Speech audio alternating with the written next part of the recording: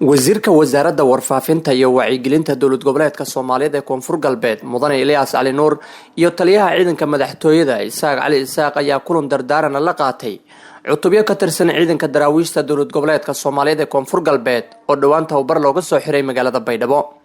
Mas'uuliyiintan ayaa ciidanka waxay kula dardaarmeen isla markaasina ay ku dhiirigeliyeen inay u diyaar garoobaan howlgalo ka dhan ah maleeshiyaadka Al-Shabaab isla markaasina la isugu furayo degmooyinka gobolada Koonfur Galbeed Soomaaliya.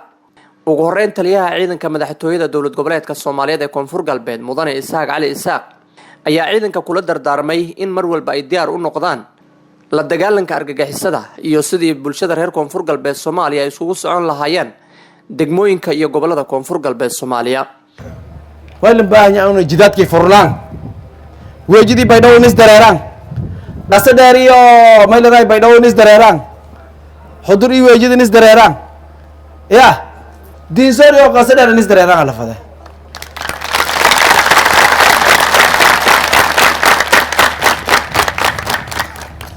أنت هدي بدمش أقولنا. إني ودك دمنا أقولنا. لا هنور سلوا ما هو مجرد. لكن هو هو لو دم ولا دم طيب نيجرته. يا شباب سنة إني هاي سده مسكوكيانا. شباب هذا اللي ما له رئيس قرقو قبل. habadaan ka jart adin gori qabta habadaan ka jart wasiirka wasaaradda warfaafinta iyo wacyigelinta dowlad goboleedka Soomaaliyeed ee Koonfur Galbeed Mudane Ilyas Ali Nuur oo gabagabadii goobta ka hadlay ayaa hadallo dhiirigelin u jeediyay ciidankaasi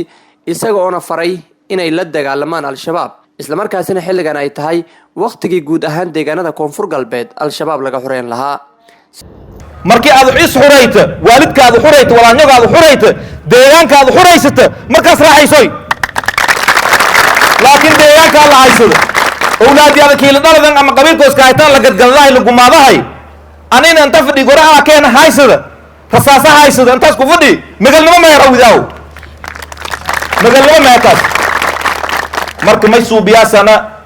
نيد السند سناتوي شباب هالس كرابوي ميل هالس كساروي هاي الجهادوي هاي الدجال المي حديثي أنا سينشاقي أركن رسولك صلى الله عليه وسلم وسينشاقي من قتل دون مالي فهو شهيد لانك يسوي حول شيء دفاع ذو للدل نكاس الشهيد جنادك راعي سداس لانك حق لا جنادك راعي سدو أبو شباب ما حول ما دفاع هيا لكن أبو على دفاع عس أو كدفاع عس